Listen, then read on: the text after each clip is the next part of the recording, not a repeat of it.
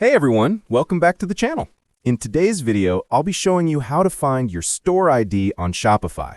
This is a simple but important step, especially if you're setting up integrations or managing multiple stores. So let's get started. First, open your web browser and go to the Shopify website. Once you're there, sign in to your account and you'll be redirected to your Shopify admin dashboard. Now, to find your store ID, look toward the bottom left corner of your dashboard and click on the Settings icon, which looks like a small gear. Inside the Settings page, take a look at the top right corner under the section titled My Store. Here, you'll see your store ID, which is usually a unique combination of letters and numbers that identifies your store within Shopify's system. You can even click on it to open your store's front end and view it exactly how your customers see it. And that's it. That's how you can quickly find your Shopify Store ID in just a few easy steps.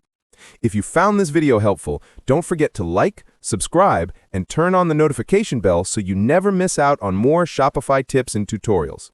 Thanks for watching, and I'll see you in the next video.